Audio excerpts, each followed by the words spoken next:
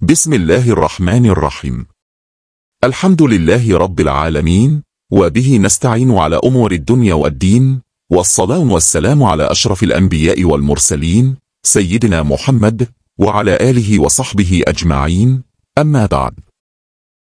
Kiai Imad dalam tulisannya menyatakan, kitab-kitab yang ditulis terdekat dengan masa Sayyid Ahmad bin Isa, tidak mengkonfirmasi adanya Alawi dan Ubaidillah sebagai cucu dan anak dari Ahmad bin Isa.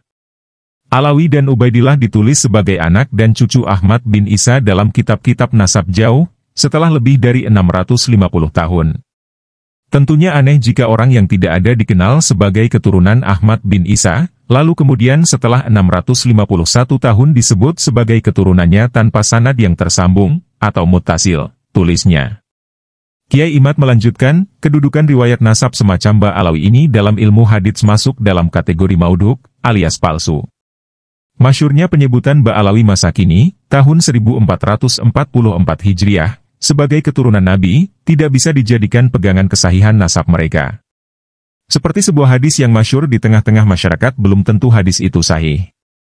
Tentu pengakuan yang sudah berjalan selama 448 tahun itu, mulai dari ditulisnya kitab An-Nafhah, dilanjut kitab-kitab lainnya dari keluarga mereka, dan masifnya penyebaran melalui tulisan, ceramah dan media sosial yang dilakukan, menjadikan doktrin itu menjadi masyhur dan istifadoh. Tetapi syuroh wal istifadoh, jika bertentangan dengan data primer, menjadi tidak berguna, ia tidak dapat menjadi patokan kesahihan. Menjawab statement tersebut Dr. Jakfar As-Sagaf, MA, salah seorang keturunan Ba'alawi yang juga merupakan dosen Pascasarjana UIN Sunan Kalijaga, yang mengampu mata kuliah filsafat ilmu keislaman, historiografi hadis dan ilmu rijal al-hadis, menyanggah penelitian ilmiah Kiai Imad. Pada bagian pertama kali ini akan dijelaskan tentang ketidakkonsistenan Kiai Imad serta lemah nalar yang dia gunakan tentang syuroh dan istifadoh. Inkonsistensi, rancu, dan lemahnya nalar tentang syuroh dan istifadoh di tesis Imaduddin Usman. Oleh D. Jakfar As-Sagaf, MA. Sebenarnya saya, penulis, malas untuk menuliskan esai ini. Mengapa? Sebab Imad tidak menjawab poin per poin secara ilmiah. E-book penulis berjudul, Konektivitas Rijal Hadis dengan Sejarah dalam Menelusuri Nasab. Lalu ia mengeluarkan tulisan kedua, versi Indonesia maupun Arab, yang diposting Mei 2023 berjudul, Terputusnya Nasab Habib kepada Nabi Muhammad. Di dalamnya ia memberi tanggapan di tulisan kedua, halaman 77-80, yang bermula dari esainya, https://www.nahdlatul-ulum.com/tanggapan-terhadap-buku-dokter. terhadap buku penulis, konektivitas. Hanya sebanyak 3,5 halaman pada 30 Mei 2023, maka penulis memberi tanggapan balik pada 31 Mei 2023, webs. Awalnya penulis langsung memberi tanggapan di kolom komentar website tersebut, tetapi dihapus oleh admin mereka. Tanggapan Imad terhadap penulis tidak lagi memperlihatkan daya argumentasi yang kokoh dengan data-data empiris, melainkan mulai bermain dengan logika-logika. Bila Imad mengklaim seperti bunyi anak judulnya di tulisan pertama sebagai penelitian ilmiah, tentu harus menjawab secara ilmiah pula. Termasuk ilmiah adalah menerima data yang disampaikan, atau membantah dengan ilmiah berdata dan logika, dan bukan bersikeras dengan pendapatnya, lalu bertahan sehingga menimbulkan inkonsistensi dalam dua tulisan, bahkan tulisan ketiga tentang ilmu nasab. Tulisan ketiga dia juga sertakan inti dari tulisan pertama dan kedua, yaitu membatalkan nasab Ba'alawi. Penulis melihat tidak ada sesuatu yang benar-benar baru dari tulisan kedua dan ketiganya. Khususnya tulisan kedua, terputusnya, adalah sedikit revisi lalu ditambahkan dengan memuat berbagai tanggapannya terhadap Mahdi Rajai, Hanif dan lainnya, yang semuanya sebenarnya sudah ada di website pondoknya, lalu ia masukkan keseluruhan di tulisan kedua. Oleh sebab itu, maka perlu menunjukkan inkonsistensi, rancu dan lemahnya nalar Imad di dua tulisan tersebut juga tulisan ketiga. Inkonsistens pertama. Imad menulis Abi Alwi itu adalah nisbat kepada Abu Alwi, yaitu Abu Alwi bin Abul Jadid, Menakar, halaman 15, dan di tulisan kedua, tertulis, Banu Abu Alawi adalah Abu Alawi bin Abul Jadid, terputusnya, halaman 22. Lucunya ia juga menyatakan bahwa ini pencangkokan pertama nasab Nabi Muhammad dari jalur Ahmad bin Isa bin Muhammad An-Nakib, yaitu yang dilakukan oleh keluarga Ba'alawi Banil Jadid. Terputusnya, halaman 20. Perhatikan, ada inkonsistensi. Sebab di tulisan pertama menyatakan Abu Alwi adalah nama, dan di tulisan kedua Abu Alwi mengarah bahwa dia memiliki turunan, yaitu Banu Alwi, namun di tulisan kedua pula, halaman 20, ia menyebut Ba'alwi Bani Jadid yang mencangkok nasab. Pertanyaannya, nasab siapa yang dicangkok Ba'alwi Bani Jadid? Hanya ada dua kemungkinan menurut Imad. 1. Bani Alwi juga adalah Bani Jadid. Jika ini yang dimaksud, maka terjadi istibah. Artinya dia seolah menyatakan, Ba'alwi Bani Jadidlah yang melakukan pencangkonkan, sebab ia sendiri membedakan Ba'alwi turunan Alwi bin Ubaidillah dengan Ba'alwi turunan Jadid. Terputusnya, halaman 20. 2. Atau sebaliknya, ia mengakui bahwa Abu Alwi yaitu Abdullah atau Ubaidillah memiliki turunan yang tidak terbatas pada Bani Jadid saja, kemudian semuanya disebut dengan Al-Abi Alwi atau keluarga ayah Alwi, Al-Janadi, halaman 136, halaman 463. Turunannya melalui Bashri, Alwi dan Jadid. Konektivitas, halaman 43-48, halaman 51, narasi Al-Janadi bagian 1 dan 2. Kedua, Imad menulis sampai abad 10 Hijriah tidak ada nama Ubaidillah dalam kitab Tuhfatu Tholib Bimarifati Men Yantasibu ila Abdillah wa Abi Tholib, karya Said Muhammad bin Al-Husain As-Samarqandi, wafat 996 Hijriah. Menakar, halaman 13, halaman 15. Namun sangat aneh, inkonsistensi, ia menyatakan bahwa kitab-kitab selanjutnya yang menyebut Ubaidillah sebagai anak Ahmad bin Isa bin Muhammad Al-Nakib, kemungkinan besar menukil dari Habib Ali Al-Sakron tersebut. Di antara kitab-kitab itu seperti Kitab Tuhfat Al-Tholib karya Said Muhammad bin Al-Husain As-Samarqandi, wafat 996 Hijriah. Terputusnya, halaman 23-24. Lalu kembali ia inkonsistensi saat menulis Samarqandi menyebut Abdullah bukan Ubaidillah, masih di tulisan kedua, lucu rasanya, juga dengan mengulang isi buku pertama. Terputusnya, halaman 34.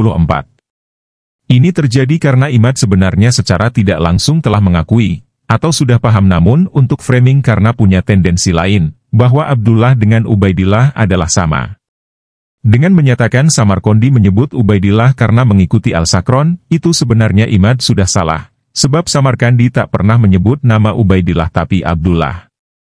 Samarqandi, tahun 1998, halaman 76-77. Mengapa Imad menyamakan? Karena logikanya menerima bahwa Samarqandi tidak membedakan keduanya.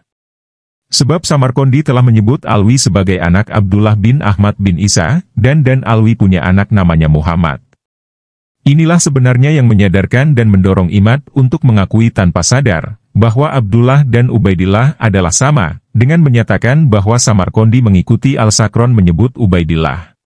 Padahal di buku pertama ia bersikukuh, bahkan di buku kedua masih menjadikan Samarqandi sebagai sandaran, bahwa tidak ada nama Ubaidillah sampai abad 10 Hijriah.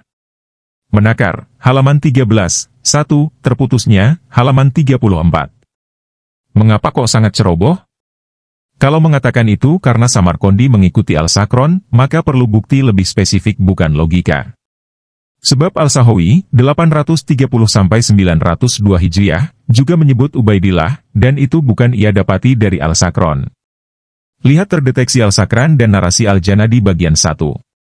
Hal ini juga berarti nama Ubaidillah untuk Abdullah sudah digunakan sebelum Al-Sakron lahir.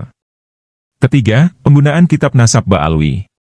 Kelucuan amat sangat Imad bersikukuh dalam esai tanggapannya, lihat di website pondoknya https://www.nahdlatululum.com/ dan video YouTube, bisa dilacak sendiri, untuk menghindari karya Ba'alwi, bahkan kolega Ba'alwi. Ternyata ia menggunakan Syamsus Zahiroh karya ABD Rahman Al-Masyur, wafat 1320 Hijriah, di buku pertama dan kedua, dan Burqoh karya Al-Sakron, 818-893 Hijriah, di tulisan kedua, tetapi untuk memojokkan Ba'alwi. Letak inkonsistennya yaitu, saat menyatakan Ubaidillah baru hadir di abad 14 Hijriah, menakar, halaman 16, terputusnya, halaman 36, padahal Al-Hirid, wafat 960 Hijriah, seorang Alwi telah menyebut Ubaidillah dalam buku nasabnya Al-Baha Al-Dawi. Halaman 148, halaman 153, halaman 164-165. Jika tidak mau menggunakan kitab nasab Ba'alwi, mengapa menggunakan kitab Al-Masyhur seorang? Jika telah mau menggunakan kitab nasab Ba'alwi, faktanya Imad pakai kitab Al-Masyhur, yang menyebut Ubaidillah, mengapa tidak mau mengakui bahwa kitab Al-Hirid telah menyebut dengan jelas nama Ubaidillah, berarti bukan baru muncul abad 14 Hijriah dong, yang jauh lebih awal hadir dari kitab Al-Masyhur. Sehingga konklusi keliru bahwa Ubaidillah resmi hadir di abad 14 Hijriah harusnya sudah dihapus di tulisan kedua. Kebenaran yang telah jelas seperti ini saja tidak mau Imad terima. Bukankah penulis telah menunjukkan rujukannya di tulisan konektivitas? Mengapa masih memasukkan di tulisan kedua? Keempat, inkonsistensi juga terlihat, yaitu menyebut bahwa karya Al-Janadi adalah kitab sejarah. Seolah kitab sejarah tidak tak pantas dipakai sebagai rujukan nasab. Padahal penulis telah memberikan contoh di konektivitas tentang Sem'ani, wafat 562 Hijriah. Dalam kitab Al-Ansyab menukil dari Tarikh Al-Tobari karya Al-Tobari, wafat 310 Hijriah. Penulis akan tambahkan di bagian rancu terkait ini, meski Imad akhirnya menggunakan kitab Al-Janadi, terputusnya, halaman 20. Ternyata ia menggunakan kitab Al-Sakron yang jelas-jelas bukan kitab nasab dan bukan kitab sejarah, atau bahkan rijal, melainkan kitab tasawuf. Jika tidak mau menggunakan kitab selain kitab nasab, mengapa menggunakan kitab tasawuf? Jika beralasan bahwa kitab Al-Sakron memuat nasab Ba'alwi, untuk mengkambing hitamkan Al-Sakron, mengapa awalnya harus beralasan karya Al-Janadi bukan kitab nasab? Lah dia sendiri gunakan kitab tasawuf tanpa alasan apapun, dan dari kitab tasawuf dia batalkan nasab Ba'alwi karena Al-Sakron baginya sebagai common link. Namun ia mau menukil Al-Janadi dengan embel-embel ini bukan kitab nasab, kan lucu. Lagian kitab Al-Janadi itu bentuknya lebih spesifik, yaitu tobakoh seperti yang akan dijelaskan. Kelima, saat memuat tanggapan bahwa tidak bisa menyamakan antara syajaroh nasab ke atas dengan isnad. Lucunya dia juga menyatakan, bahwa Malik, wafat 179 Hijriah, Nafi, wafat 117 Hijriah, dan Ibnu Umar, wafat 73 Hijriah, terdapat di kitab Rijal. Terputusnya, halaman 78 halaman 79. Apalagi ia menambahkan kitab Al-Jarh wa Ta'dil, bahkan Isyabah mengcover nama-nama itu, lihat https://youtube.b/dq8jc73wl0. Lah bukannya kedua kitab itu tidak sezaman dengan tiga perawi tersebut? Jadi di mana konsistensinya? Pertanyaan yang harus dia jawab yaitu, dari mana ketiga nama tersebut diperoleh? Jawabannya pasti dari kitab-kitab rijal yang datang belakangan, tidak sezaman dengan ketiga perawi tersebut. Lebih lanjut baca esai penulis tanggapan dari tanggapan 31 Mei 2023. Bukankah kitab yang disebut itu baru hadir di awal abad 4 Hijriah? Al-Jarh wa Ta'dil karya Ibnu Abi Hatim wafat 327 Hijriah, dan abad 8-9 Hijriah. Al-Isyabah oleh Ibnu Hajar wafat 852 Hijriah. Kalau masih mau bertahan dengan logika aneh Imad, maka kitab tersebut apalagi Al-Isyabah, khusus biografi sahabat atau yang diduga sahabat, itu tidak bisa mengkonfirmasi sahabat, sebab Ibnu Hajar hadir di abad 8-9 Hijriah. Kalau menyatakan sudah dikonfirmasi ulama sebelumnya, lalu Ibnu Hajar ikuti lalu dimasukin dalam kitabnya, maka mengapa keberatan dengan konfirmasi belasan ulama, 6-9 Hijriah, tentang nasab Ba'alwi? Apalagi penulis telah memberikan contoh yang sangat jelas, bahwa ada sahabat bernama Abdullah disebut Ibnu Abdul Bar, wafat 463 Hijriah, dan Ibnul Asir, wafat 630 Hijriah. Ternyata ditambah nama Ubaidillah oleh Ibnu Hajar setelah rentang waktu yang lama. Apa Ibnu Hajar juga mencangkok nama itu?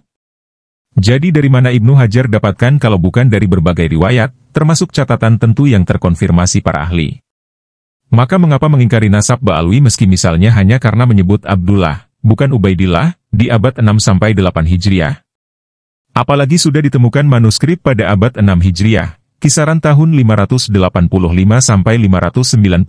Hijriah, oleh Hasan bin Rashid Al-Hadrami yang berisi tentang Abu Jadid, wafat 620 Hijriah. Dan Abdullah yang diduga kuat wafat 592 Hijriah dan sebagai anak Muhammad Sohib Al-Mirbad, wafat 556 Hijriah.